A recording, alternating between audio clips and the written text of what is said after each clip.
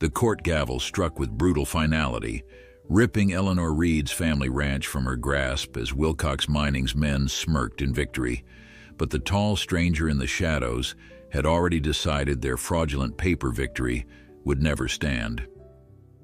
They claimed that the decision was made, Lucas Holt declared with steel in his voice as he offered Eleanor his calloused hand, but I didn't agree. Before we continue, don't forget to subscribe to the channel, like the video, and comment where in the world you're watching from. Let's go. The verdict echoed through the crowded courtroom like a gunshot, silencing even the constant creaking of the wooden benches. Eleanor Reed felt her breath catch in her throat as Judge Harmon's gavel came down with a finality that seemed to seal her fate forever. The court finds in favor of the Wilcox Mining Company. The land in question, including all water rights and mineral claims, is hereby transferred to their ownership effective immediately. Eleanor gripped the edge of the table before her, her knuckles whitening beneath sun-bronzed skin. This couldn't be happening. 4 generations of Reeds had built that ranch from nothing, had weathered drought and disease, outlaws and opportunists. And now, with the stroke of a pen and the fall of a gavel, it was being handed to a company of Eastern businessmen who had never set foot on the land they so coveted. "Your Honor," she began, her voice stronger than she felt. "There must be some mistake. My father's claim has been reviewed and found insufficient, Miss Reed," Judge Harmon interrupted, peering at her over wire-rimmed spectacles. "The documentation provided by Wilcox Mining establishes prior claim through their purchase of the territorial survey rights of 1879. "Forged documentation," she insisted, even as her lawyer, a nervous young man barely out of law school, tugged urgently at her sleeve. "That's enough, Miss Reed," the judge warned. "This court has made its decision. You have 30 days to vacate the property. 30 days, 1 month to dismantle a lifetime, to abandon the only home she had ever known." Beside her, Edgar Perkins, the Wilcox Mining representative, smiled thinly, his waxed mustache twitching with satisfaction.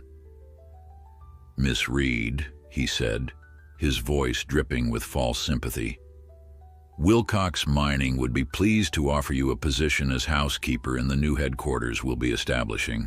Given your situation, it seems the most generous arrangement." The implication was clear.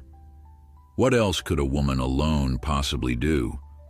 How else could she survive in this harsh territory without a husband or family to support her? The condescension in his tone made her stomach turn. "I'll see the ranch burned to the ground before I hand it over to thieves," she replied, her voice low enough that only Perkins could hear. His smile never faltered, but his eyes hardened. "Careful, Miss Reed. Such talk could be construed as threatening, and we wouldn't want the sheriff involved, would we?" She turned away, gathering her worn leather satchel and striding down the aisle of the courtroom, ignoring the whispers and stares that followed her.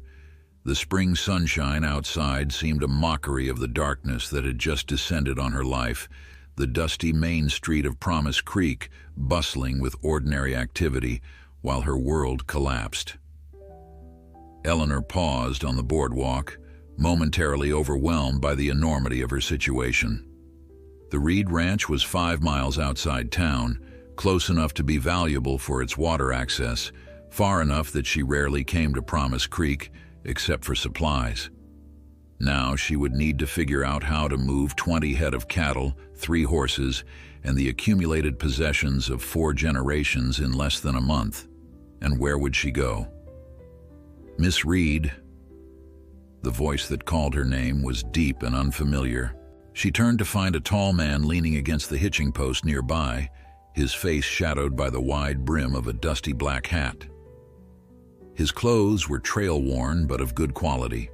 Dark trousers tucked into well-used boots, a collarless shirt beneath a leather vest that had seen better days.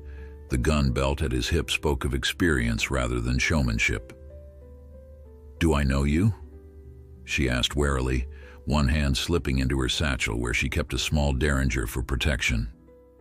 "No, ma'am," he replied, straightening to his full height. "But I know of you." And I couldn't help overhearing the verdict. She stiffened. "Come to gloat? Or perhaps you work for Wilcox too?" A brief smile touched his lips, though it didn't reach his eyes. "Neither. The name's Lucas Holt. I was passing through when I heard about your case. Thought I might offer some assistance." "What kind of assistance could a stranger possibly offer?" she asked, suspicion edging her tone. "The kind that might help you keep your land," he said simply. Eleanor studied him more carefully. He was older than she had first thought, perhaps in his mid-30s, with lines at the corners of his eyes that spoke of long days under harsh sun. His eyes themselves were a startling blue against his weathered face, direct and steady in their gaze. "Why would you help me? You don't even know me." "Let's just say I have my reasons to dislike Wilcox Mining," he replied, "and I've seen what happens to the land once they get their hands on it." A flicker of hope sparked in her chest, quickly dampened by caution. "What exactly are you proposing, Mr. Holt?" "A partnership," he said, "temporary and in name only. The judge gave you 30 days. That's enough time for us to uncover whatever forgery Wilcox is using to steal your land." "And why should I trust you?" He reached into his vest pocket and withdrew a folded document, offering it to her. "Because I've been tracking Wilcox Mining for 3 years. They destroyed my hometown in Colorado, left nothing but a poisoned creek and abandoned pits where there used to be grazing land." Eleanor took the paper hesitantly, unfolding it to find a newspaper clipping. The headline read, "Mining disaster claims 17 lives. Wilcox denies responsibility." The date was from 2 years prior. "My brother was one of the 17, Lucas said quietly. She looked up at him, seeing for the first time the grief that lay beneath his controlled exterior. "I'm sorry for your loss, Mr. Holt, truly. But what makes you think we can succeed where the law has failed?" "Because the law only works with evidence," he replied, "and I'm betting Wilcox has been careful to cover their tracks, but everyone makes mistakes, Miss Reed. We just need to find theirs." Eleanor hesitated. Trust did not come easily to her, especially not of strange men with personal vendettas. But what choice did she have? In 30 days, she would lose everything if she didn't find a way to fight back. "My ranch is 5 miles north," she said finally. "Follow the creek road past the old mission. I'll hear what you have to say, Mr. Holt, but I make no promises." He nodded, touching the brim of his hat. "I'll be there before sundown." As Eleanor mounted her mare and turned toward home, she couldn't shake the feeling that she had just made either the wisest or the most foolish decision of her life. The man was a stranger, possibly dangerous, certainly driven by motives that might not align with her own beyond their shared enemy.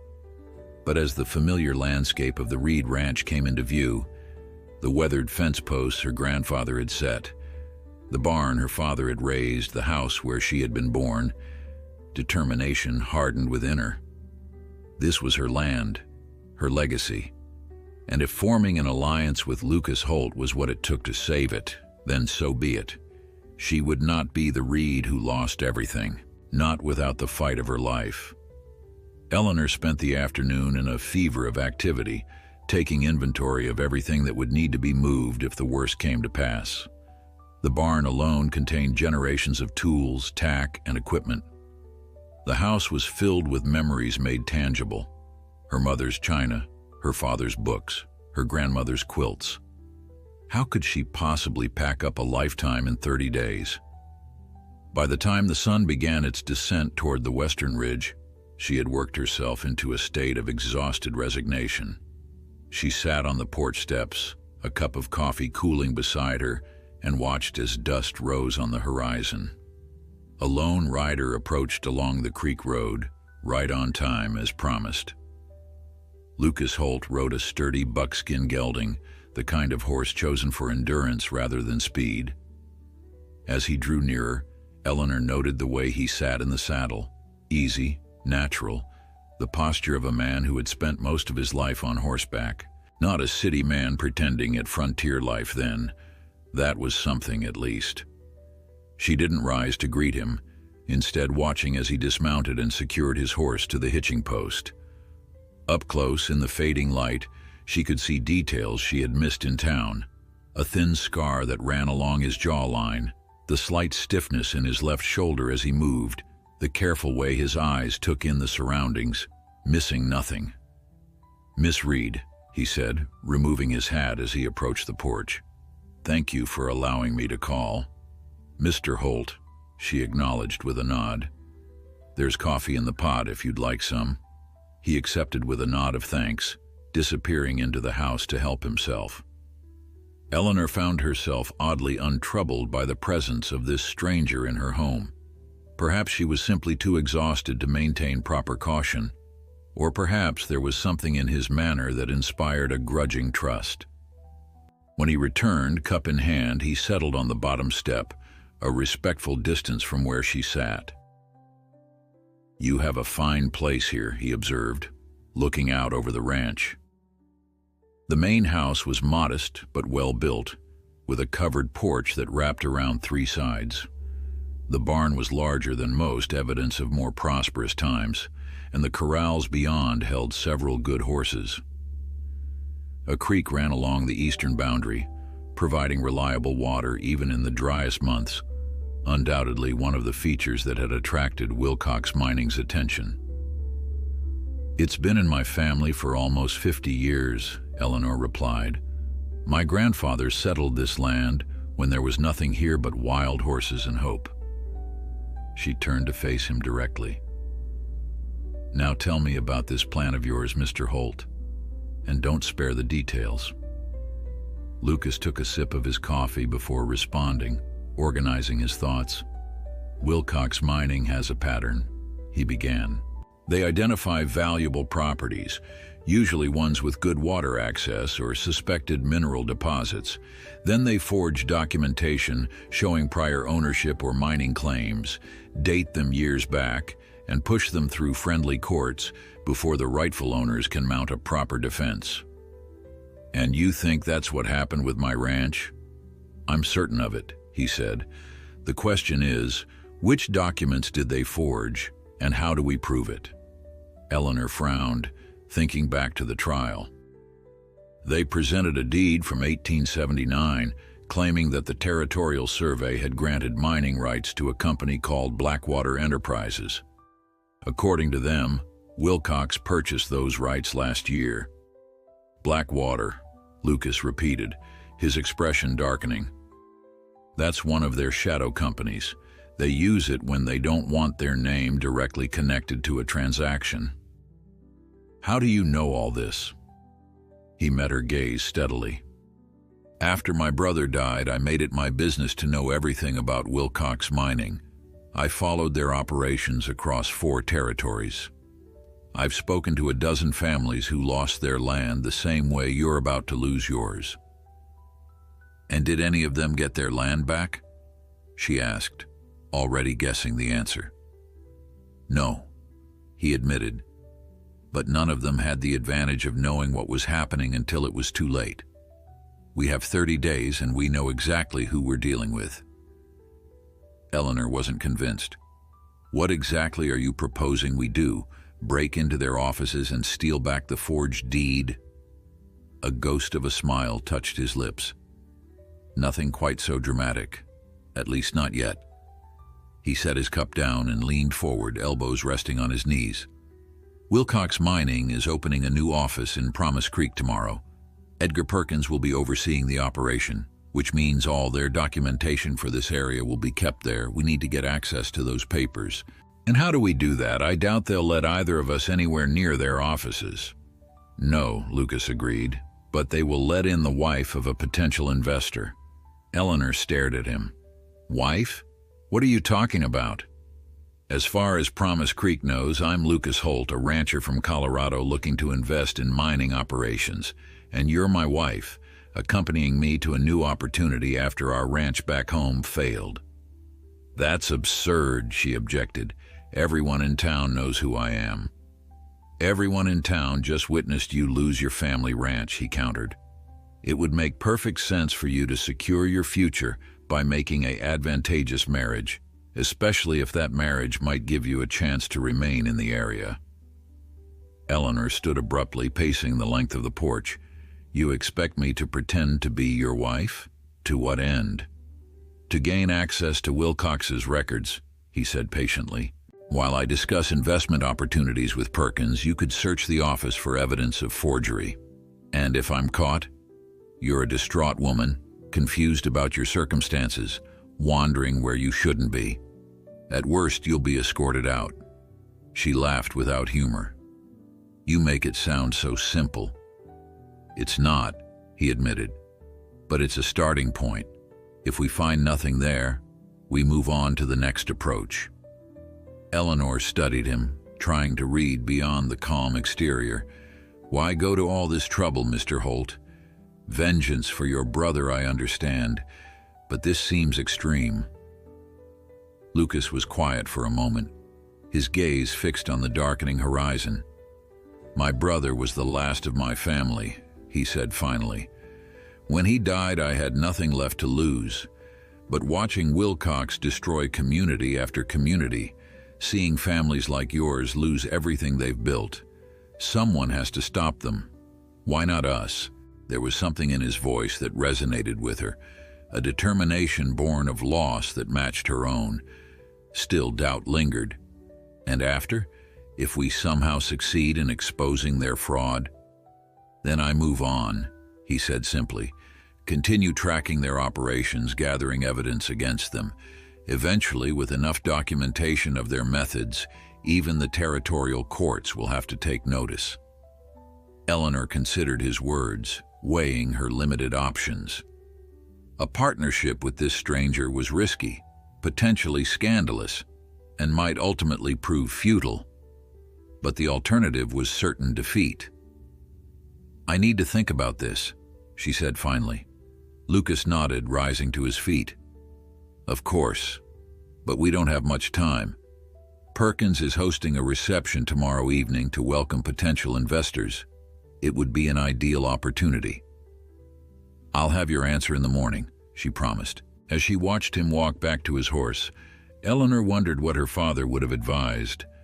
Fight with every weapon at your disposal, she could almost hear him say. The land is worth any risk. Perhaps this unexpected alliance was exactly the weapon she needed. Dawn broke over the eastern ridge, painting the sky in hues of pink and gold. Eleanor had barely slept, her mind racing with possibilities and fears in equal measure. By the time she heard Lucas's approach, she had made her decision. She watched from the kitchen window as he rode in, his posture betraying none of the uncertainty she felt. There was something both reassuring and irritating about his confidence. Did nothing ever shake that calm exterior? Good morning, Miss Reed, he called as he dismounted. I trust you've had time to consider my proposal. Eleanor stepped onto the porch, wiping her hands on her apron. I have, she replied, and I've decided to accept your help, Mr. Holt, though I have conditions. I would expect nothing less, he said, following her into the kitchen where coffee was brewing on the stove. What are they? First, this arrangement remains strictly business. The pretense of marriage extends only as far as necessary for our investigation. Lucas nodded, accepting the cup she offered. Of course. Second, if at any point I believe your methods endanger my chance of keeping this ranch, I reserve the right to end our partnership immediately. Fair enough. And third, she continued, meeting his gaze directly, I want your word that once this is over, regardless of the outcome, you'll tell me everything you know about Wilcox Mining, all of it. Something flickered in his eyes, hesitation perhaps, or surprise at her perception. You have my word, he said finally. Eleanor nodded, satisfied for the moment. Then we have an agreement. What's our first step? The reception tonight, Lucas replied, setting his cup down. Perkins is gathering potential investors at the Grand Hotel. If we're to establish ourselves as newlyweds, we need to be seen together in town before then. I have nothing suitable to wear to such an event, Eleanor admitted. Most of my father's money went to paying for that useless lawyer. That's easily remedied. From his saddlebag, Lucas produced a small leather pouch that clinked as he set it on the table. Consider it an investment in our venture. Pride made her want to refuse, but practicality won out. I'll repay every cent, she said firmly. As you wish. His smile suggested he doubted she would, but he was too polite to say so. We should head to town soon. We need to establish our story before we encounter anyone from Wilcox. An hour later, they rode side by side toward Promise Creek. Eleanor had changed into her best riding clothes, a divided skirt of dark blue serge and a crisp white shirtwaist that had seen better days but still maintained a certain dignity.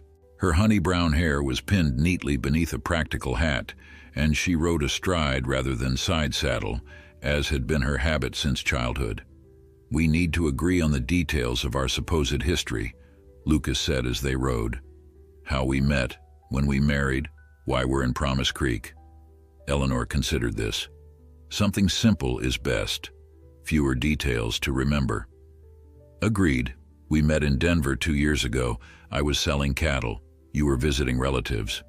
A whirlwind courtship, she suggested. Married within 2 months. Lucas nodded. My ranch in Colorado failed after the drought last summer. We decided to start fresh in new territory, hearing of opportunities in Promise Creek. And my connection to the Reed Ranch? A painful coincidence. You hadn't been back to Promise Creek in years. Had no idea your father had passed or that the ranch was in jeopardy until after we arrived. It was close enough to the truth to be believable. Eleanor's father had indeed died just 6 months earlier, leaving her to discover that the ranch was deeply in debt. She had been fighting to keep it afloat ever since, selling off cattle and horses to pay creditors, only to have Wilcox Mining emerge with their fraudulent claim. What about your real background? She asked. If Perkins investigates you? Lucas Holt is my real name, he replied. I did own a ranch in Colorado before Wilcox destroyed it. Anyone checking will find the basic facts match our story. They crested the final hill before Promise Creek came into view, a cluster of wooden buildings straddling the creek that gave the town its name. In the center stood the Grand Hotel, 3 stories of relative luxury that seemed out of place among the simpler structures surrounding it. Already, activity around the building suggested preparations for the evening's reception were underway. We should make an appearance at the general store, Lucas suggested. Establish ourselves as a couple before tonight. Eleanor nodded, though the thought of facing the town's scrutiny made her stomach tighten. Promise Creek was small enough that news of her marriage would spread like wildfire, especially coming so soon after her humiliating defeat in court. They rode down the main street, aware of the curious glances directed their way. Outside the general store, Lucas dismounted first, then reached up to help Eleanor from her horse. His hands at her waist were impersonal, efficient, yet she couldn't help noticing their strength as he lifted her easily to the ground. "Ready, Mrs. Holt?" he asked quietly, offering his arm. It took her a moment to respond to the unfamiliar address. "As I'll ever be," she replied, placing her hand in the crook of his elbow. The bell above the door announced their entrance, drawing the attention of Mrs. Finch, the proprietor, and the 3 women gathered around the fabric counter. Their conversation halted abruptly as they recognized Eleanor. "Miss Reed," Mrs. Finch said, surprise evident in her voice. "We didn't expect to see you in town so soon after, well," she cleared her throat awkwardly. "It's Mrs. Holt now, actually," Lucas interjected smoothly, extending his hand to the shopkeeper. "Lucas Holt, ma'am. Eleanor and I were married in Denver last year." The women exchanged glances that ranged from shock to scandal to avid curiosity. "I see," Mrs. Finch managed, accepting his handshake automatically. "We hadn't heard." "It was a private ceremony," Eleanor explained, forcing a smile. "After my father passed, I needed a fresh start. Lucas and I are considering investing in the area." "How fortunate," one of the women murmured, her tone suggesting she found the timing highly suspicious. "Indeed it is," Lucas agreed, seemingly oblivious to the undercurrent. "We're attending Mr. Perkins' reception this evening. Eleanor needs a suitable dress for the occasion." This practical request shifted the atmosphere immediately. Whatever their thoughts on the sudden marriage, the prospect of a sale and gossip material was too enticing to resist. "Of course," Mrs. Finch said, professional interest overriding her surprise. "We received new shipments from St. Louis just last week. This way, please." As they followed the shopkeeper to the rear of the store, Eleanor felt Lucas's hand press reassuringly against the small of her back. It was a simple gesture, likely meant to bolster their charade of marital intimacy, but something about it sent an unexpected warmth through her. This was just an act, she reminded herself firmly. A necessary deception to save her ranch. Nothing more. Yet as Lucas offered opinions on fabric colors that would bring out his wife's beautiful eyes, she found herself wondering how convincing their performance would need to be, and whether the unfamiliar feelings stirring within her would make this charade more difficult than she had anticipated. The Grand Hotel's ballroom had been transformed for the evening's reception. Crystal chandeliers cast a warm glow over tables draped in white linen, while arrangements of imported flowers provided splashes of color against the wood-paneled walls. It was ostentation designed to impress, a display of wealth that seemed obscene against the backdrop of the struggling frontier town. Eleanor stood before the mirror in their rented room, barely recognizing herself. The dress Mrs. Finch had helped her select was a deep emerald silk, more elegant than anything she had worn since before her mother's passing. The bodice was modestly cut but fitted to emphasize her narrow waist, with delicate beadwork at the collar and cuffs that caught the light when she moved. "It's too much," she murmured, smoothing the unfamiliar fabric. "Everyone will know this isn't me." "That's precisely the point," Lucas replied from where he stood by the window. He had changed into a black suit that transformed him from rugged frontiersman to something approaching a gentleman, though nothing could quite tame the weathered quality of his features or the alertness in his gaze. "We want them to see Lucas and Eleanor Holt, a couple with means and ambition, not a desperate woman fighting for her ranch." Eleanor sighed, recognizing the truth in his words, even as she resented the necessity of the deception. "I suppose. And the plan for tonight? We mingle, we establish our presence. I express interest in Wilcox's operations to Perkins, while you find an opportunity to explore his office." Lucas crossed to stand behind her, his reflection appearing beside hers in the mirror. "His rooms are on the second floor, according to the hotel clerk, room 212. And if I'm caught?" "You became confused looking for the ladies' powder room," he said simply. A new bride, overwhelmed by the grand surroundings, embarrassed by her mistake. Their eyes met in the mirror, and Eleanor was struck by how naturally they stood together, like a true couple preparing for an evening out. The thought was unsettling. "I should pin your hair up," Lucas said unexpectedly. When she looked at him in surprise, he added, "My sister used to let me help her prepare for socials before she married and moved east." The casual mention of his sister, the first personal detail he had volunteered beyond the story of his brother's death, caught Eleanor off guard. Before she could decide how to respond, a knock at the door announced the arrival of their carriage. The short journey to the Grand Hotel gave Eleanor time to gather her composure. "Tell me what you know about Perkins," she requested, keeping her voice low though they were alone in the carriage. "Edgar Perkins is Wilcox Mining's troubleshooter," Lucas replied. "He handles their more delicate acquisitions, charming when necessary, ruthless when required. He's been with the company for almost a decade. And personally, unmarried, educated back east, Harvard, I believe. Fancies himself a gentleman businessman, though his methods are anything but gentlemanly. Lucas's expression hardened. He was overseeing operations in Colorado when the mine collapsed and killed my brother. So this is personal for both of us, Eleanor observed. Lucas's gaze met hers. Yes, but we can't let that cloud our judgment tonight. Perkins is clever. If he suspects our true intentions, we'll lose any advantage we might have. The carriage came to a stop, and moments later they were ascending the hotel's grand staircase. Eleanor's hand rested lightly on Lucas's arm, the picture of a devoted wife accompanying her husband to a business engagement. If her fingers trembled slightly, only Lucas would know. The ballroom was already filled with Promise Creek's elite, along with visitors drawn by the prospect of mining investments.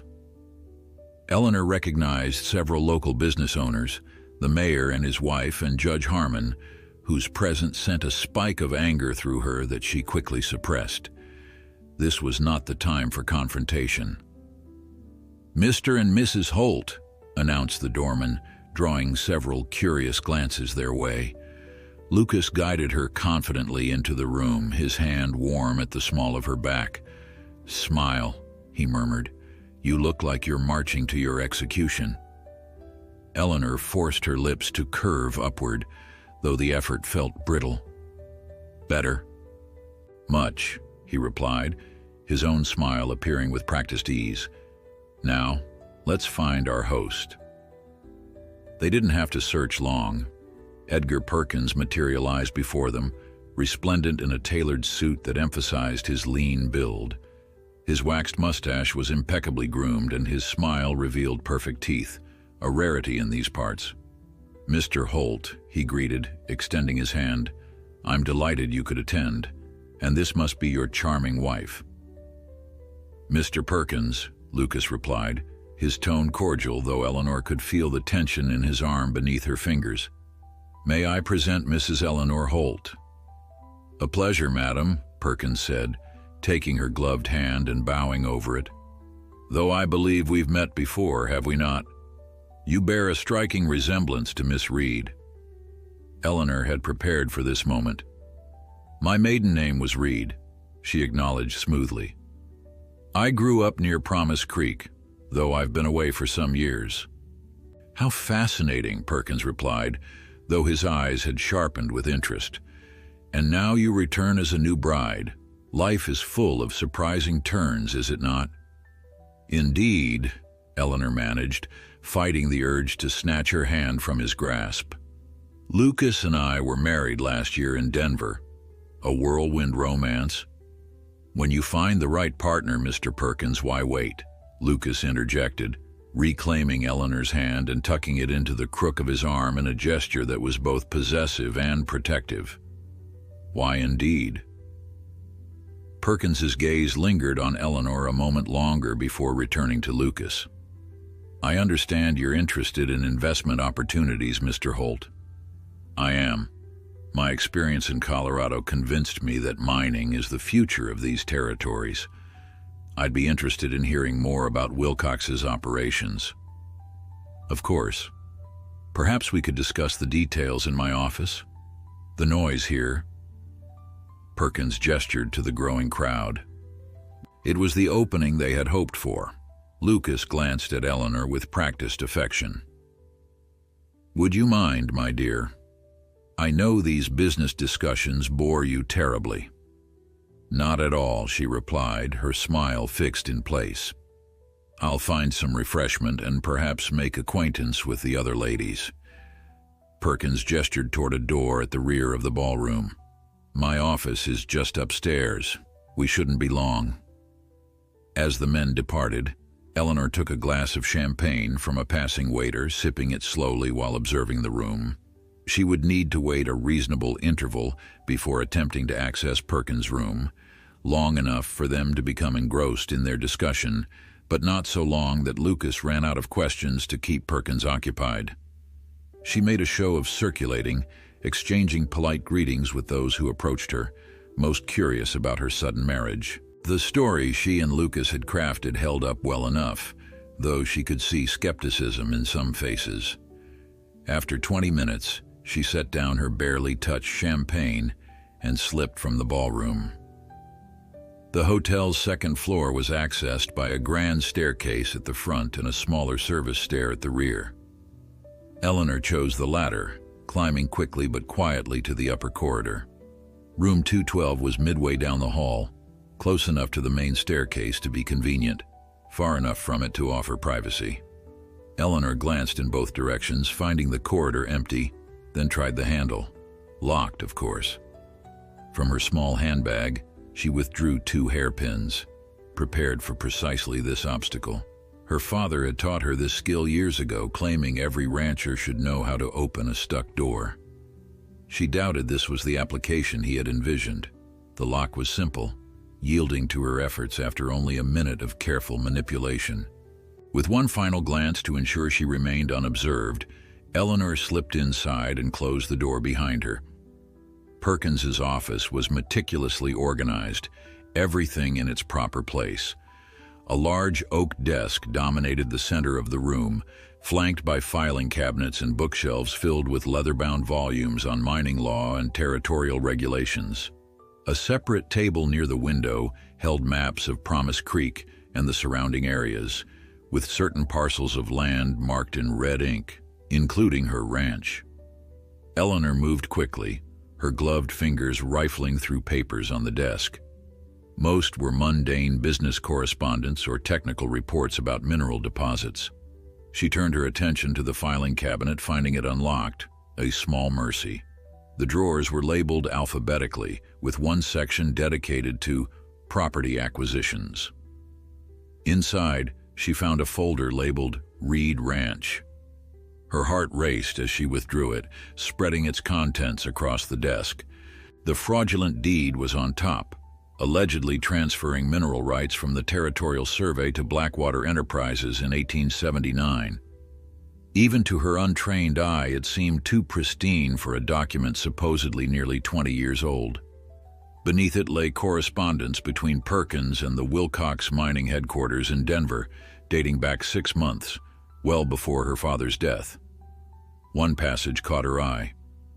Reed property essential to northern expansion. Old man stubbornly refuses offers.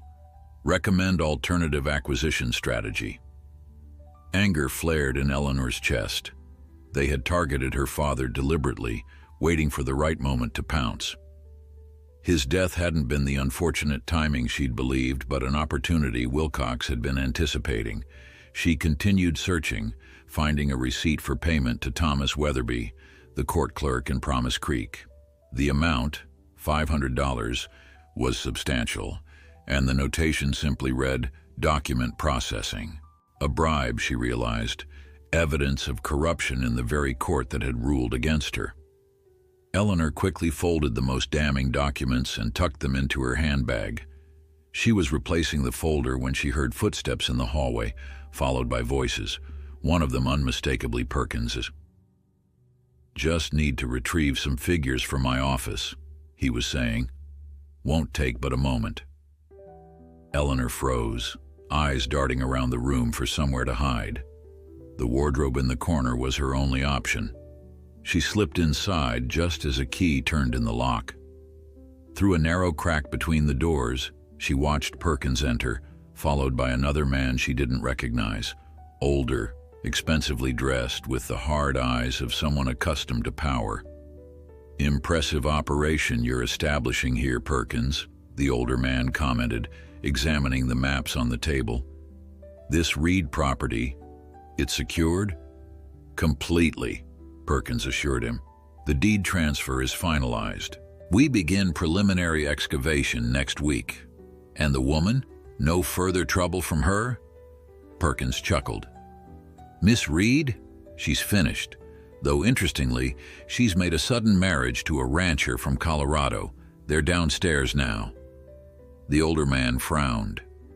"Colorado? Not someone connected to the Silverton incident, I hope?" "I'm looking into his background," Perkins replied, retrieving a folder from his desk. But he seems legitimate.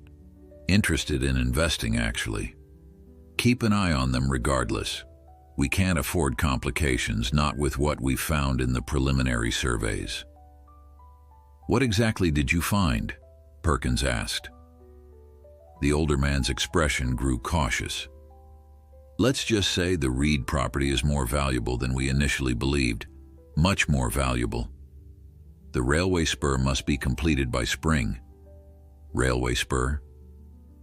Eleanor leaned closer to the crack, straining to hear more, but her movement caused a hanger to scrape against the wardrobe's interior. The sound was slight, but in the quiet room it might as well have been a gunshot. Both men turned toward the wardrobe. "What was that?" the older man demanded. Perkins frowned. "Probably nothing. This building settles at night." Nevertheless, he started toward the wardrobe. Eleanor held her breath, pressing herself against the back wall of her hiding place. If she were discovered now... A knock at the door interrupted Perkins's investigation. He paused, then changed direction to answer it. "Mr. Perkins," came Lucas's voice, smooth and apologetic. "I'm terribly sorry to disturb you, but I was concerned about my wife. She mentioned feeling unwell, and no one downstairs has seen her." Eleanor silently blessed Lucas's timing and quick thinking. "Your wife?" Perkins sounded confused. "She's not here, Mr. Holt." "Forgive me," Lucas continued. "One of the hotel staff thought they saw a woman in green coming this way. I assumed, well, Eleanor sometimes gets turned around in unfamiliar places. No one has come to this office," the older man stated firmly. "Perhaps she went to get some air." "Perhaps," Lucas agreed. "Again, my apologies for the interruption. I'll continue my search elsewhere." As the door closed, Eleanor heard Perkins mutter, "Curious timing." "Indeed," the older man replied. "I don't like coincidences, Perkins. Find out more about this Holt character." "I intend to. Now those figures you wanted?" Eleanor remained motionless as Perkins retrieved several documents, discussed financial projections with his companion, and finally departed, locking the door behind them. Only when their footsteps had faded completely did she emerge from the wardrobe, legs trembling from the strain of standing so still. She needed to get out quickly, but the locked door presented a new problem. The window offered her only escape route. Fortunately, a decorative trellis ran alongside the building, providing handholds if somewhat precarious ones. Eleanor hiked up her skirts, secured them with a knot at her hip, and carefully eased the window open. The cool night air hit her flushed face as she climbed out onto the narrow ledge. Looking down, she could see the alley behind the hotel, mercifully empty. The trellis creaked alarmingly as she transferred her weight to it, but held. By the time she reached the ground, her beautiful emerald dress was torn at the hem, her hair had come loose from its pins, and her gloves were ruined. But clutched in her handbag was evidence of Wilcox's corruption. Not enough to prove their forgery outright, but certainly enough to raise serious questions. She made her way around to the front of the hotel, where Lucas was pacing on the porch, his expression tight with concern. "Eleanor," he breathed when he saw her, relief washing over his features. Then, taking in her disheveled appearance, "What happened?" "I found something," she whispered, glancing around to ensure they weren't overheard. But Perkins returned unexpectedly. "We need to leave now." Without question, Lucas signaled for their carriage, helping her inside before joining her. Only when they were safely moving away from the hotel did he speak again. "Are you hurt?" "Just my pride," she replied, attempting to smooth her ruined dress. "And Mrs. Finch's creation." His hand covered hers, stilling her nervous movements. "The dress can be replaced. You cannot." Something in his tone made her look up, meeting his gaze in the dim carriage. The concern she saw there seemed to run deeper than their arrangement warranted. I was worried, he admitted quietly. When I realized Perkins had left the ballroom, I feared. You saved me, Eleanor said. If you hadn't come when you did, they would have found me. They? Perkins and another man, someone important from Wilcox headquarters, I think. She withdrew the documents from her handbag. Lucas, they bribed the court clerk, and there's more. They've been planning this for months since before my father died. And they're building a railway spur to the property. Lucas examined the papers, his expression hardening. Railway access would increase the property's value tenfold. But why? The older man said something about the land being more valuable than initially believed. What could they have found? Gold, Lucas suggested, or silver. Either would explain their determination to acquire your ranch specifically. Eleanor leaned back against the seat, the implications washing over her. If there are precious metals on my land, then we have even more reason to fight, Lucas finished. And now we have ammunition. As the carriage rattled back toward their hotel, Eleanor found herself studying Lucas's profile in the moonlight that filtered through the window. Tonight, he had proven himself trustworthy in a way that went beyond their business arrangement. He had come for her, risked exposure to ensure her safety. Perhaps, she thought, there was more to Lucas Holt than vengeance and practicality after all. Back in their hotel room, Eleanor spread the stolen documents across the bed, while Lucas secured the door and drew the curtains.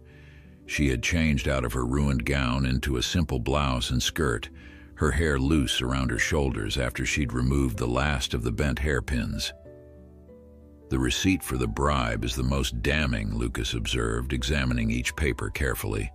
But it's not enough by itself. Weatherby could claim it was payment for legitimate services. What about this correspondence? Eleanor pointed to the letter mentioning the alternative acquisition strategy. It proves they were targeting my father's land specifically. Suggestive but not conclusive proof of forgery. Lucas frowned, tapping his fingers against his thigh. We need the original territorial survey records, the ones they would have had to falsify to create this deed. Where would those be kept? The Territorial Land Office in Carson City maintains copies of all official surveys and deeds, Lucas replied. But that's a 3-day ride from here. Eleanor gathered the papers, her expression resolute. Then we leave at first light. Lucas shook his head. Not so fast. Perkins is already suspicious. If we both disappear immediately after tonight's events, he'll know something's wrong. Then what do you suggest? I'll go to Carson City, he said. You stay here and maintain our cover. Continue to play the role of my wife. Perhaps make inquiries about properties we might purchase. It would be natural for a newly married couple to seek a permanent residence. Eleanor bristled at his tone. I'm not some helpless woman to be left behind while you do the dangerous work, Mr. Holt. This is my ranch at stake. And it's precisely because it's your ranch that you should stay, he countered. Everyone in Promise Creek knows Eleanor Reed. If you vanish for nearly a week, questions will be asked. I'm still a stranger. My absence will draw less attention. His logic was sound, though it frustrated her to admit it. Fine, she conceded reluctantly. But I won't sit idle while you're gone. That railway spur they mentioned. I want to know exactly where they plan to build it and why. Lucas studied her face, seeming to weigh her determination against his concern. Be careful, he said finally. Perkins isn't a man to cross. I'm well aware, she replied, thinking of how coldly he had offered her a position as housekeeper after stealing her land. I'll be discreet. A knock at the door interrupted their conversation. Lucas motioned for Eleanor to gather the documents while he moved to answer it, one hand resting near the revolver at his hip. Who is it? He called. Telegram for Mr. Holt, came the response. Lucas opened the door cautiously, to find a young boy in a hotel uniform. He accepted the telegram with a coin as tip, then closed and locked the door once more. "I didn't give anyone our location," he said, breaking the seal with a frown. His expression darkened as he read the message. "What is it?" Eleanor asked. "A warning from a friend in Denver." He handed her the telegram. "Wilcox is moving faster than we anticipated." The message was brief but alarming. "Wilcox Construction, crew departing Denver. Stop arriving promise. Creek 3 days. Stop plans accelerated. Stop caution advised. Stop." 3 days, Eleanor whispered. "That's barely enough time to reach Carson City, let alone return with the evidence." Lucas paced the small room, his mind clearly working through alternatives. "We need to delay them somehow, buy ourselves more time." "How?" "They have the law on their side now." "The law, yes. But construction requires workers, equipment, supplies." Lucas stopped pacing, turning to face her. "Supplies that would likely come through Promise Creek before being transported to your ranch." Understanding dawned in Eleanor's eyes. If those supplies were delayed or misdirected, "It might buy us the time we need," he finished. "But it would be risky. Interfering with Wilcox property could be construed as criminal. More criminal than forging documents and bribing court officials." Eleanor stood, squaring her shoulders. "I'll do whatever it takes to save my ranch." Lucas studied her with an expression she couldn't quite read. Respect, certainly, but something else too. Concern, perhaps, or admiration. "We should get some rest," he said finally. "Tomorrow will be a long day." The room had only one bed, a detail they had overlooked in the rush of establishing their cover as husband and wife. Lucas took extra blankets from the wardrobe and made a pallet on the floor near the door. "You don't have to sleep on the floor," Eleanor said, surprising herself with the offer. "The bed is large enough for both of us."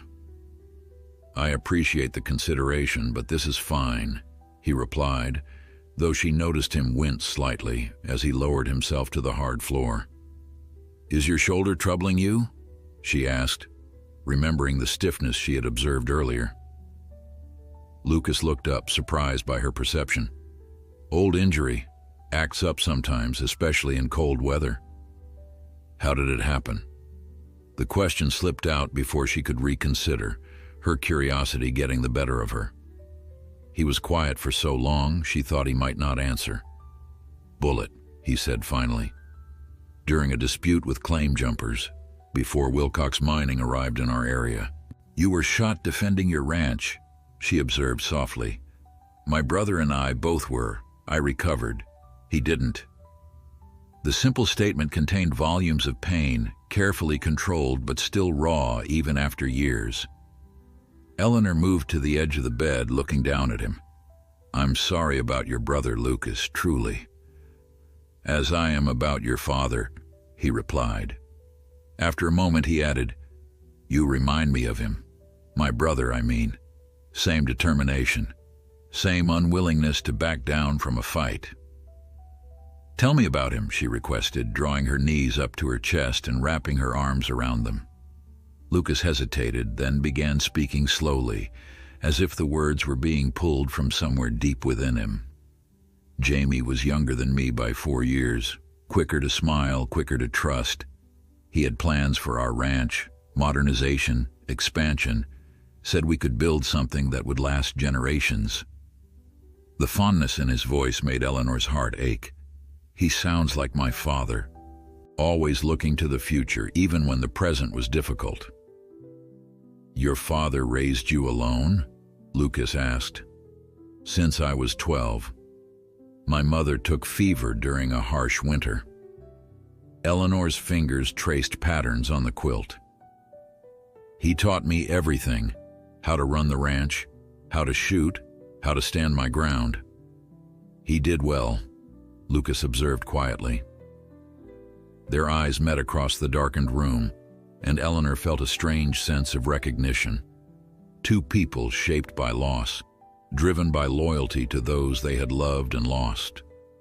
The realization created a connection deeper than their manufactured marriage, more meaningful than their temporary alliance. A floorboard creaked in the hallway outside their room, breaking the moment. Lucas was instantly alert, one hand moving to his gun. "Probably just another guest," Eleanor whispered, though she had also tensed at the sound. "Probably," he agreed, but his hand remained near his weapon as he extinguished the lamp, plunging the room into darkness. In the shadows, Eleanor could just make out his silhouette against the window, watchful and protective. Despite the danger surrounding them, despite the uncertain outcome of their plan, she felt oddly secure knowing he was there. "Lucas," she said softly. "Yes? Thank you for helping me fight for my ranch." His response came after a moment's pause, his voice low in the darkness. "Some things are worth fighting for, Eleanor. Some wrongs need to be righted."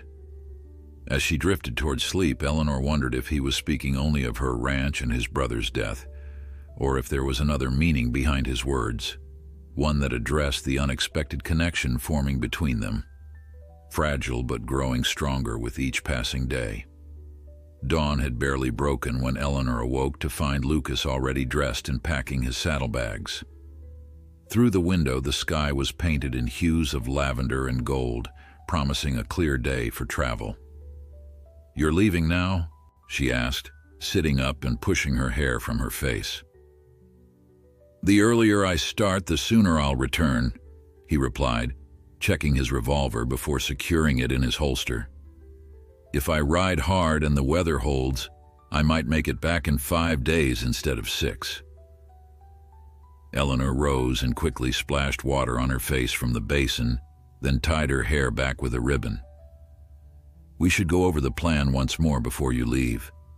Lucas nodded, spreading a map of the territory across the small table. "The construction crew from Denver will likely arrive by the northern stage route," he said, tracing the road with his finger. "They'll need to transfer their equipment and supplies to wagons here in Promise Creek before heading to your ranch. And that's where I'll create our delay," Eleanor continued. "The freight office maintains records of all incoming shipments. I'll find out exactly when the Wilcox supplies are due to arrive and redirect them." "Be careful," Lucas warned. "Misdirecting a single wagon might buy us a day or two. Anything more obvious could bring the law down on you." "I'll be subtle," she promised. "What about you? What exactly are you looking for in Carson City?" "The original territorial survey from 1875, he explained. "It would show the initial land grants and boundaries. If Wilcox falsified a deed from 1879, it would contradict the official survey records." He folded the map and tucked it into his saddlebag, then hesitated before withdrawing a small revolver. "Take this," he said, offering it to her. "It's easier to handle than your Derringer." Eleanor accepted the weapon, checking its action with practiced ease. "I'm not defenseless, you know. I've been shooting since I was 12.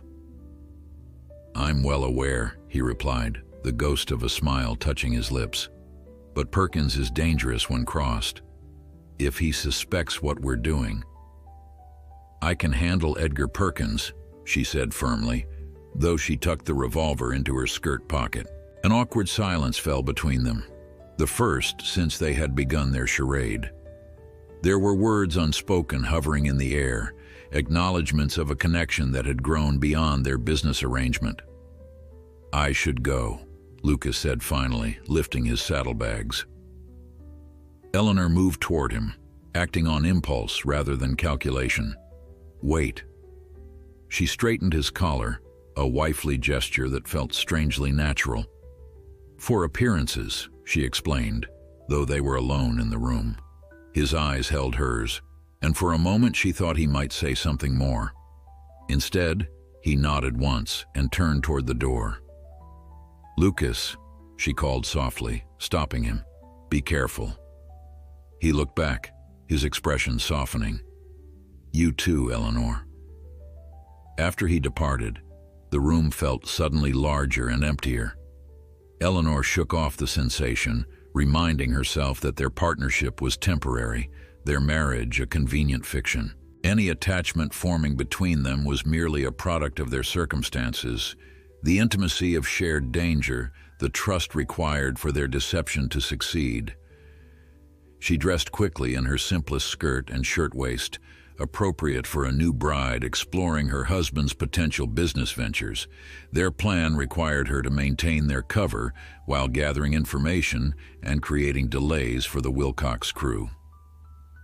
Her first stop was the freight office, a busy establishment near the railway station. The clerk, a young man with spectacles and an officious manner, looked up as she entered. "Mrs. Holt," he greeted her, recognition in his eyes. News traveled fast in Promise Creek. "What can I do for you today?" "Good morning," she replied with practiced charm. "My husband is considering several business opportunities in the area, and he asked me to inquire about freight schedules and costs while he's away on business." The clerk seemed flattered by her attention. "Of course, ma'am. What sort of information were you looking for?"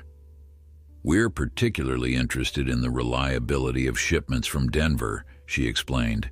"I understand there's quite a bit of mining equipment coming through soon."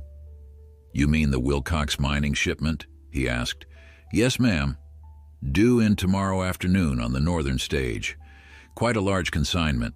They've reserved 3 wagons to transport it all to the Reed property." Eleanor managed to keep her expression neutral at the mention of her ranch. "Tomorrow? That seems very quick.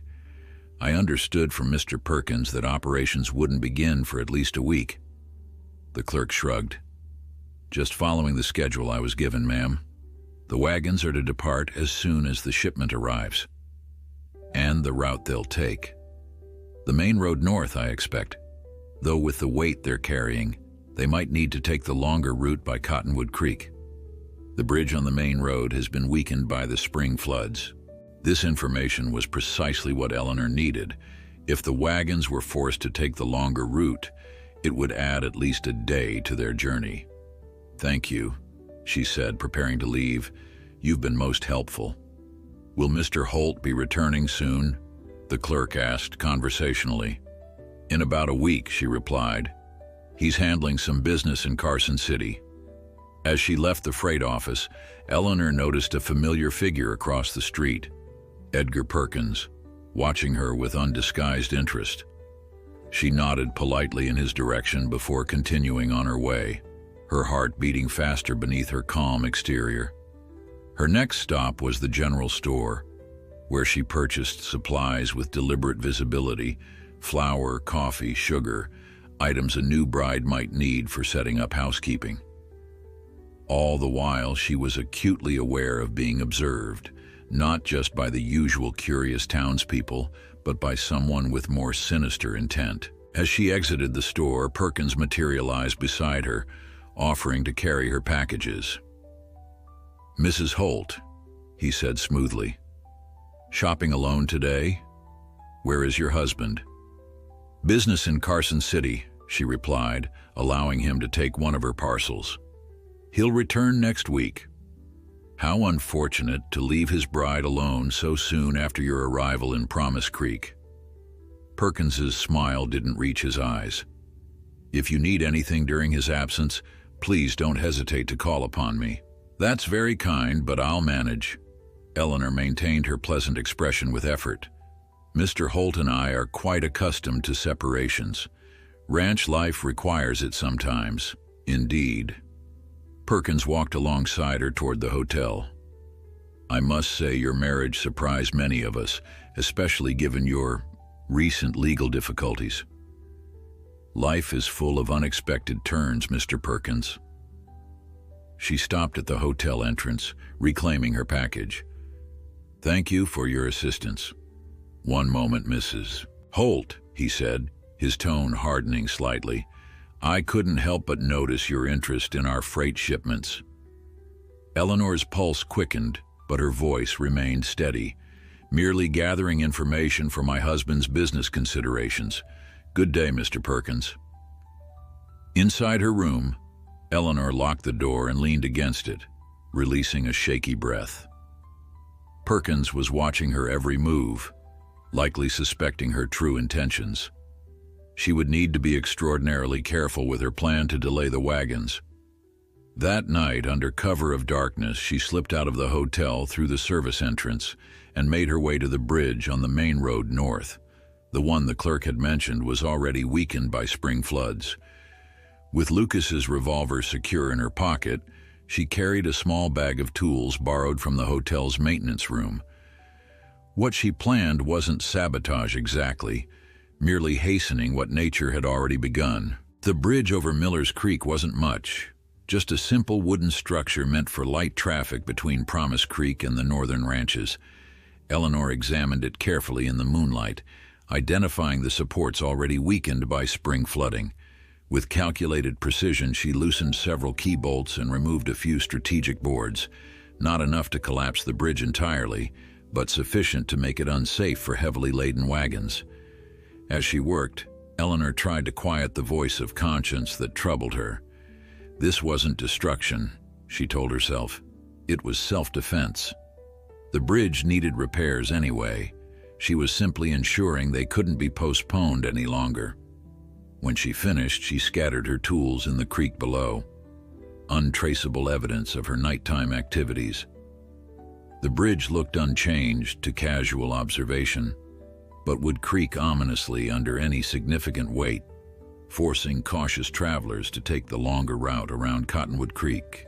The next afternoon, Eleanor positioned herself casually at the window of the hotel dining room, watching as the northern stage arrived. True to the freight clerk's information, it carried a substantial shipment of mining equipment, drills, picks, blasting supplies, and heavy timber for shoring. 3 wagons waited nearby, teamsters ready to load and depart immediately. Edgar Perkins supervised the transfer personally, his expression impatient as he checked his pocket watch repeatedly.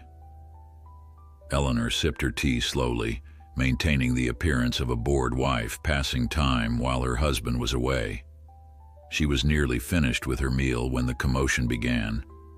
A rider galloped into town, making directly for Perkins. Even from a distance, Eleanor could see the agitation in the man's demeanor as he dismounted and spoke urgently to the mining representative. Perkins's reaction was immediate, his face flushed with anger, his gestures sharp and commanding as he redirected the teamsters. The wagons, already partially loaded, were being rerouted. The bridge, it seemed, had been deemed unsafe after an inspection.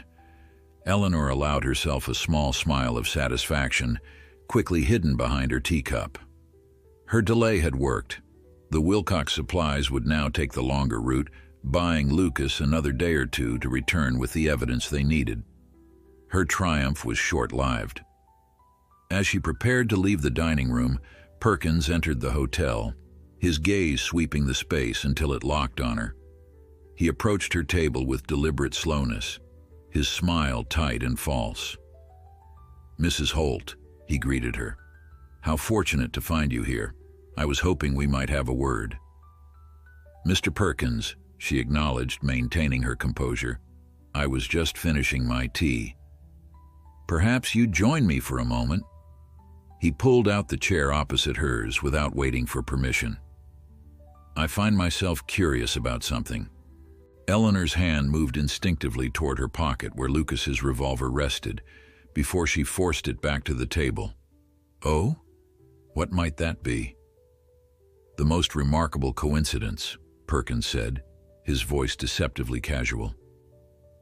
"This morning, the bridge on the northern road was found to be damaged, quite specifically damaged, in fact. Support bolts loosened, boards removed. Not destroyed entirely, you understand, but rendered unsafe for heavy loads." His eyes never left her face. "Like our equipment wagons." "How unfortunate," Eleanor replied, keeping her expression neutral. "Spring floods can be terribly damaging to infrastructure." "Indeed, except our engineer believes the damage was deliberate, recent, and done by someone with knowledge of structural weaknesses." Perkins leaned forward slightly. Someone determined to delay our progress. That sounds quite malicious. Have you reported it to the sheriff? Not yet. His fingers tapped a rhythm on the table. You see, I prefer to handle such matters directly, especially when I suspect I know the responsible party. Eleanor met his gaze steadily. Are you accusing me of something, Mr. Perkins? Not at all. Merely observing that you've taken a remarkable interest in our shipping schedules for someone who only arrived in town recently. He smiled thinly. And that your husband's timely departure left you with both motive and opportunity. My husband's business in Carson City has nothing to do with your mining operations, Eleanor said firmly. Now, if you'll excuse me, I have errands to attend to. Perkins didn't move to stop her as she stood, but his parting words followed her to the door. Carson City is where the Territorial Land Office is located, isn't it? How very coincidental. Eleanor's heart pounded as she left the hotel, maintaining her dignified pace until she was certain she wasn't being followed. Perkins knew, or at least strongly suspected, what they were doing. The question was whether he would act on his suspicions before Lucas returned with the evidence they needed. Over the next 3 days, Eleanor continued her charade of the new bride exploring local establishments, all while gathering what information she could about Wilcox's plans. The delay of the equipment wagons had bought them time, but also increased Perkins's scrutiny. She frequently spotted men watching her, Wilcox employees tasked with monitoring her movements. On the 4th day after Lucas's departure, Eleanor overheard a conversation in the mercantile that made her blood run cold. Perkins is offering $50 to anyone willing to ride to Carson City with an urgent message, the store clerk was telling a customer.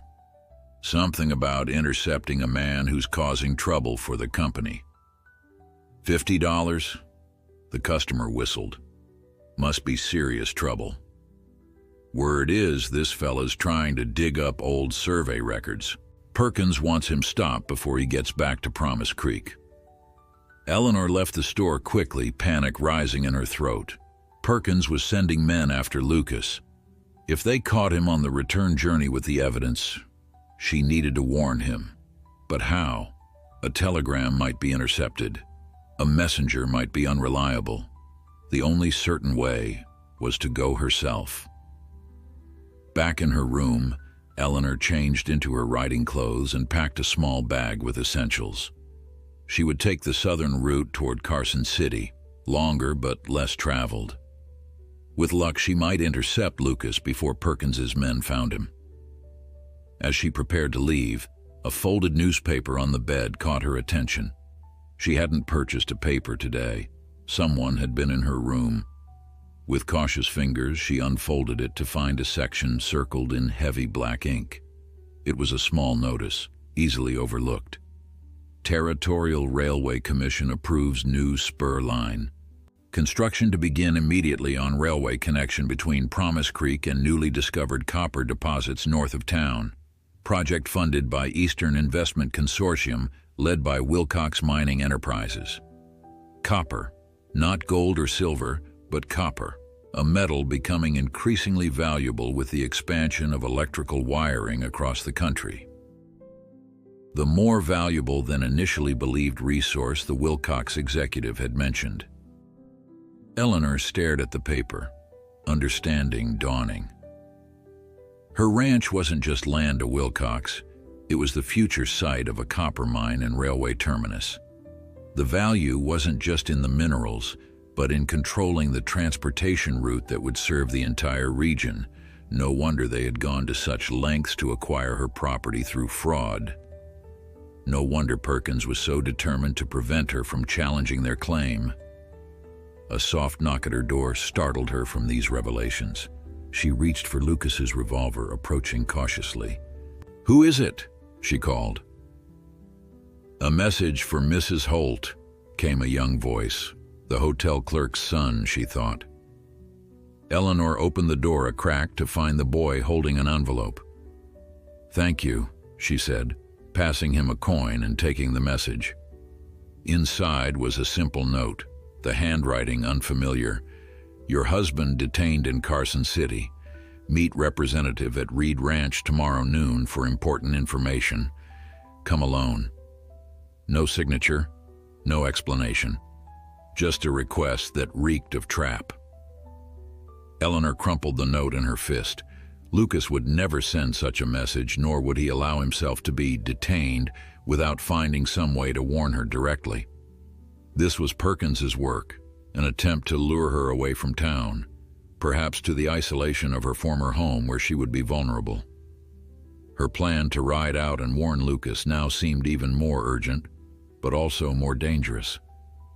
Perkins was growing desperate, abandoning subtlety for direct action. If she left Promise Creek, she might be riding directly into an ambush, but if she stayed, Lucas would return unwarned, possibly riding into the arms of Perkins's hired guns. As daylight faded, Eleanor made her decision. She would leave before dawn, taking the most obscure trails she knew, paths her father had shown her years ago, routes known only to those who had lived on this land for generations. Wilcox Mining might have wealth and power on their side, but this was her territory. She knew every creek and canyon, every hidden passage through the hills. If anyone could evade Perkins's men and find Lucas before they did, it was her. That night, she cleaned Lucas's revolver and checked her own derringer, then tried to rest, knowing the coming day would demand all her strength and courage. As she drifted toward uneasy sleep, her thoughts turned to Lucas, not just as an ally in this fight, but as the man who had come to mean something more to her than she had ever intended. She found herself praying he was safe and wondering when exactly his welfare had become as important to her as reclaiming her ranch. Eleanor departed Promise Creek well before dawn, a pale sliver of moon providing just enough light to navigate the familiar trails. She rode her mare at a steady pace, knowing she needed to conserve the animal's strength for what might become a race against Perkins's men. The southern route to Carson City wound through rocky foothills and sparse woodland, following a creek that dwindled to almost nothing during summer months.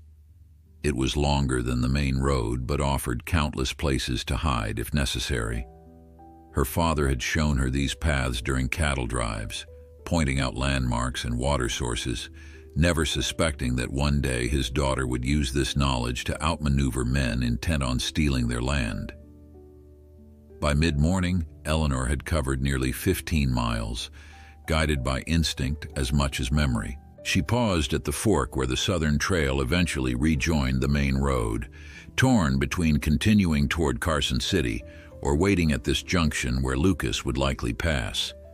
The decision was made for her when she spotted dust on the horizon, a rider approaching at speed along the main road. She guided her mare into a stand of cottonwoods, watching carefully, one hand resting on Lucas's revolver. The rider came into view, and her breath caught. Even at a distance, she recognized Lucas's broad-shouldered silhouette and the distinctive gait of his buckskin gelding. He was riding hard, clearly aware of the need for haste. Eleanor emerged from her hiding place, waving to catch his attention. He reined in sharply, his hand moving to his gun until recognition dawned. "Eleanor?" Disbelief and concern mingled in his voice as he guided his horse toward her. "What are you doing out here?" "Perkins knows," she said without preamble. "He sent men to intercept you. We need to get off the main road." Lucas didn't waste time with questions, immediately following as she led them back into the cover of the trees and toward a narrow canyon that would provide better protection. Only when they were safely concealed did he speak again. "How did he find out?"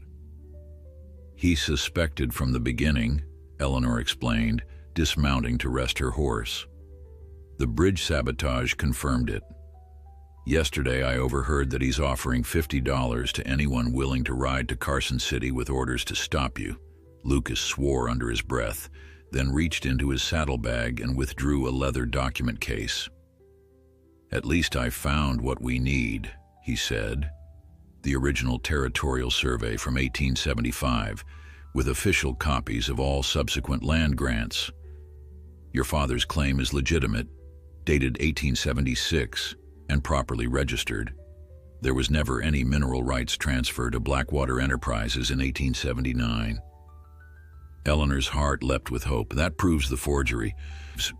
Along with these, Lucas added, producing another set of documents, records from the land office showing every transaction involving Blackwater Enterprises, none of which mention the Reed property, and a sworn statement from the clerk confirming that the Wilcox documents were never part of the official record. She moved closer, examining the papers with trembling fingers. This is everything we need. It is, he agreed. But getting it back to Promise Creek and into the right hands won't be easy. Perkins won't give up without a fight. Eleanor described her discovery about the copper deposits and railway spur, watching understanding dawn in Lucas's eyes. That explains their urgency, he said. Copper mining requires substantial infrastructure. With a railway connection, they could transport ore directly to processing facilities. The profit potential would be enormous. And worth killing for, Eleanor added grimly. The note I received, the trap at my ranch, they're growing desperate. Lucas's expression darkened. You were right to come warn me. Together we stand a better chance. He studied her face, concern evident in his eyes. You look exhausted. I didn't sleep much, she admitted, too busy planning escape routes. We'll rest here briefly, he decided, then take the back trails to Promise Creek after dark. Judge Harmon may be in Wilcox's pocket, but the territorial governor isn't. These documents need to reach him. As they tended to their horses and shared the provisions Eleanor had brought, Lucas recounted his journey to Carson City, the long hours in the saddle, the careful approach to the land office, the clerk who had been surprisingly willing to help once Lucas explained the situation. He'd seen similar cases before, Lucas explained. Wilcox Mining has been using this strategy across the territory. Forged documents, bribed officials, intimidation tactics. The clerk was glad to help expose them. Why hasn't anyone stopped them before now? Eleanor asked. Money buys influence, and most of their victims lack the resources to fight back. Lucas's expression softened as he looked at her. Or the determination. The compliment warmed her despite their precarious situation. I had help, she reminded him. You would have found a way regardless, he said with quiet certainty. You're not someone who gives up easily. Their eyes met, and for a moment the danger surrounding them receded. In its place was a recognition of something that had been growing between them since that first meeting outside the courthouse. Something neither had anticipated or sought, but which had taken root nonetheless. Lucas reached out, his calloused fingers gently brushing a strand of hair from her face. I was worried about you, he admitted. When I realized Perkins might have discovered our plan, I was worried about you too, she replied softly. His hand lingered near her cheek, and Eleanor found herself leaning into his touch. The moment stretched between them, filled with unspoken feelings and possibilities neither had allowed themselves to consider until now. A distant sound, horses moving fast along the main road, shattered the moment. Lucas was instantly alert, moving to the edge of their hiding place to observe. 3 riders, he reported, heading toward Carson City. Perkins's men, Eleanor concluded. They must have followed me out of town. We need to move. Take the most obscure route you know back to Promise Creek. They mounted quickly, Eleanor leading them deeper into the canyon, where a narrow trail wound through the rocky terrain. It was barely wide enough for their horses, forcing them to ride single file, but it would be nearly impossible to follow unless one knew exactly where to look. As they navigated the difficult path, Eleanor found herself considering what would happen after this was over, if they succeeded in reclaiming her ranch and exposing Wilcox Mining's corruption. Lucas had spoken of his mission to track Wilcox's operations across the territories, gathering evidence of their crimes. Would he continue that crusade once this battle was won? Would he move on, leaving her behind with her reclaimed land and the memory of a partnership that had become something more? The thought troubled her more than she cared to admit.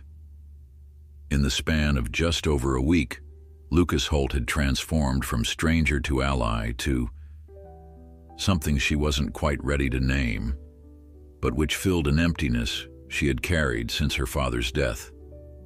"We should reach Promise Creek by nightfall," she said, pushing these thoughts aside to focus on the immediate challenge. "But where do we take the evidence? Not to Judge Harmon. He's compromised." "The telegraph office," Lucas replied. "We'll wire the territorial governor directly, then find somewhere secure to wait for his response." "My ranch," Eleanor suggested. "It's defensible, and the last place Perkins would expect us to go." Lucas considered this. Risky, but it might work. We'd have the advantage of familiar territory. They rode in silence for a time, each lost in thought. The path gradually widened as they descended from the foothills toward the plains surrounding Promise Creek. By late afternoon, they could see the town in the distance, smoke rising from chimneys against the backdrop of mountains beyond. "Almost there," Eleanor murmured. Lucas drew his horse alongside hers. "Before we ride into whatever's waiting for us," he said, his voice low and serious, "there's something I need to say." She looked at him, struck by the intensity in his blue eyes. "When this is over," he continued, "when your ranch is secure and Wilcox Mining is exposed, I'd like to stay, not just to see this through, but after." Eleanor's heart quickened. "What about your mission? Tracking Wilcox across the territories?" "Some things are more important than vengeance," he replied simply. "If you'll have me, that is." The directness of his words, so like his proposal of their pretend marriage, yet entirely different in meaning, left her momentarily speechless. Before she could respond, movement on the outskirts of town caught her attention. "Riders," she warned, pointing to the dust clouds rising from the road leading to her ranch. "At least 6 of them." Lucas followed her gaze, his expression hardening. "Perkins is gathering his forces. He must know we're returning with evidence." The moment for personal revelations had passed.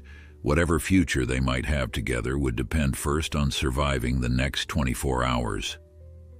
"Let's go," Eleanor said, gathering her reins. "We have a telegraph to send."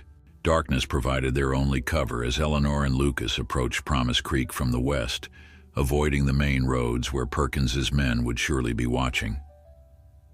The town was unusually active for the late hour, lanterns bobbing along the streets, riders coming and going, voices carrying on the night air. "Something's happening," Eleanor whispered as they tethered their horses behind the livery stable. "The whole town's awake." "Perkins must have raised the alarm," Lucas replied, checking his revolver. "Made up some story about dangerous fugitives or thieves." They kept to the shadows, working their way toward the telegraph office. The streets were eerily illuminated by the extra lanterns, making their progress slow and cautious. When they finally reached the small building at the edge of town, they found it dark and locked. "Closed," Eleanor said, peering through the window. "But there's another way." She led Lucas around back to a narrow door. "The operator lives upstairs. Mr. Simmons taught me Morse code years ago. He'll help us." A soft knock brought a wary face to the window, an older man with spectacles perched on his nose. Recognition flashed in his eyes when he saw Eleanor, and he quickly opened the door. "Miss Reed, or Mrs. Holt as they're saying now," he greeted in a hushed voice. "I've been wondering when you'd surface. Half the town's looking for you and your husband." "We need to send an urgent telegram to the territorial governor," Lucas explained. "Lives depend on it." The telegraph operator hesitated only briefly before nodding. "Come upstairs, quieter there, and I can keep watch while you compose your message."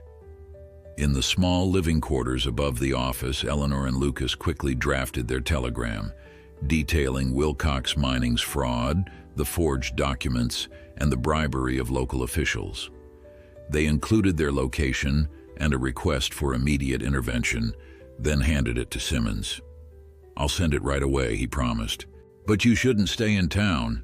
Perkins has convinced Sheriff Davis that you're criminals, claims you sabotaged company property and stole confidential documents." "Not stolen," Lucas corrected. "Retrieved from public record." A commotion in the street below drew them to the window. Edgar Perkins stood in front of the hotel, addressing a gathered crowd. Even from a distance, his voice carried clearly in the night air. $500 reward for information leading to the capture of Lucas and Eleanor Holt, he announced. "They've interfered with legitimate business operations and damaged company property. Sheriff Davis has authorized their immediate arrest." "That's our cue to leave," Lucas said grimly. "Mr. Simmons, how soon can we expect a response from the governor?" "By morning, if he's in his office," the operator replied. "Where will you go?" Eleanor and Lucas exchanged glances. "My ranch," she decided. "We'll make our stand there." They slipped out the back way, retrieving their horses and taking the long route around town to avoid detection. The ride to the Reed Ranch was tense, both of them acutely aware that Perkins's men could be lying in wait. The familiar silhouette of Eleanor's home appeared against the starlit sky. The house her grandfather had built, expanded by her father, the place that held every memory of her childhood. Seeing it again after the court's decision to take it away brought a tightness to her throat.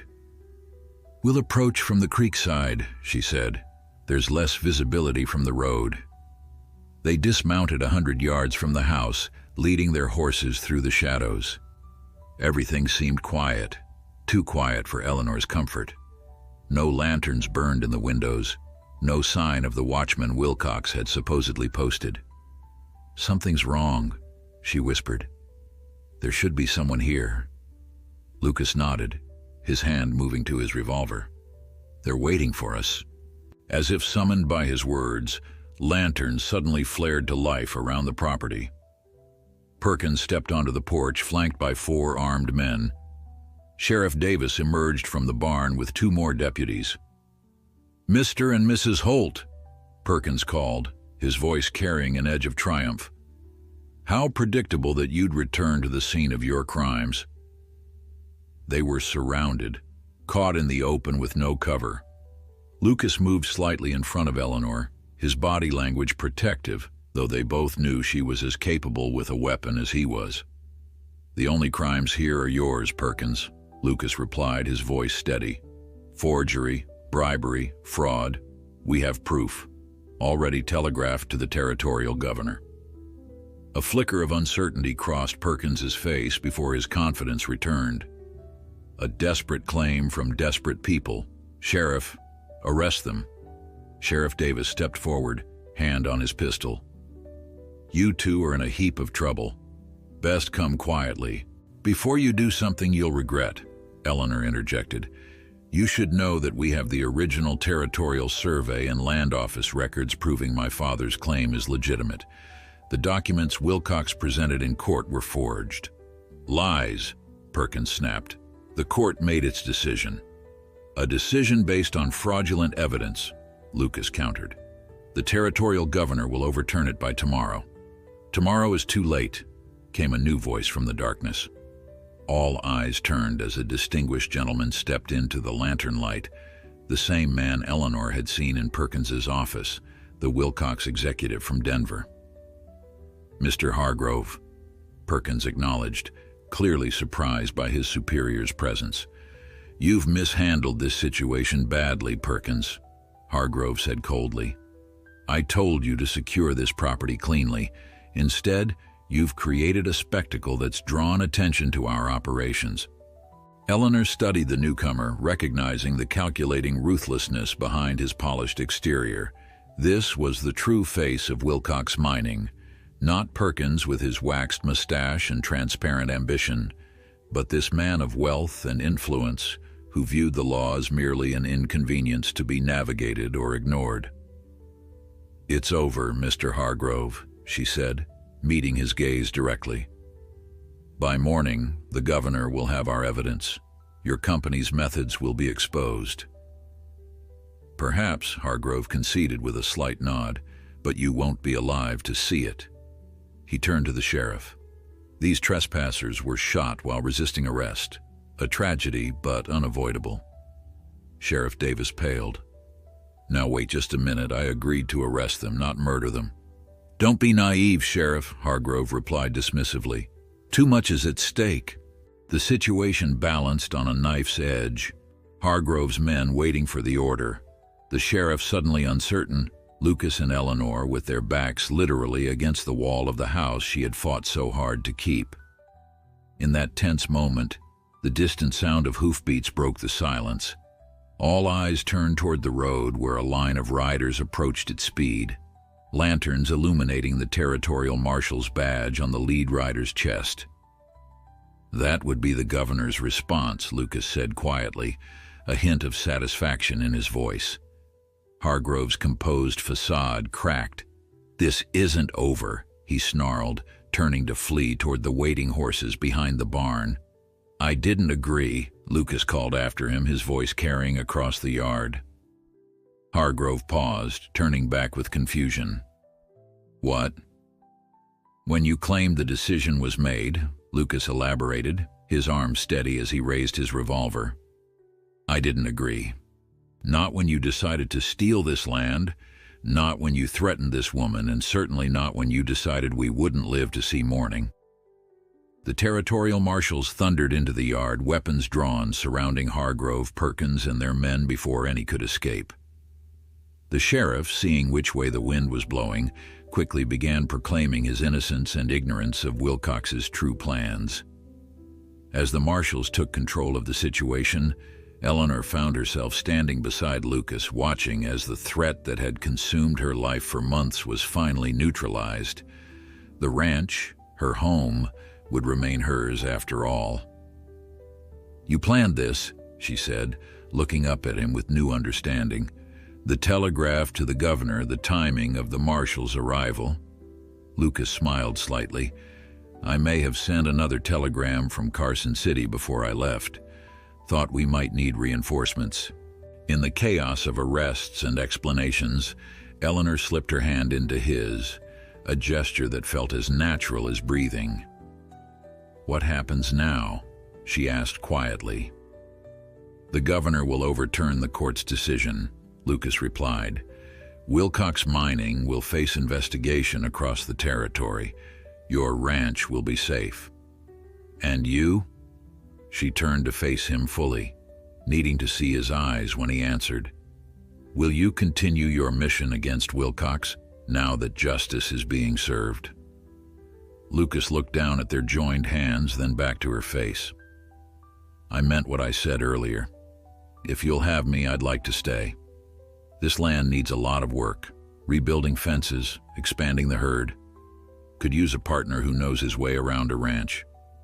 "Just a partner?"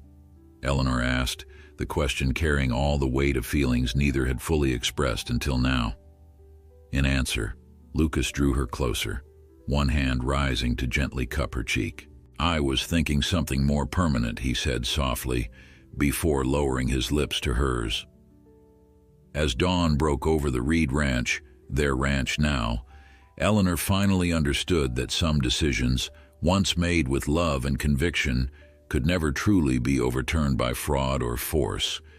Some claims ran deeper than paper and law, rooted in the heart of the land and the people who loved it enough to fight for it, no matter the odds.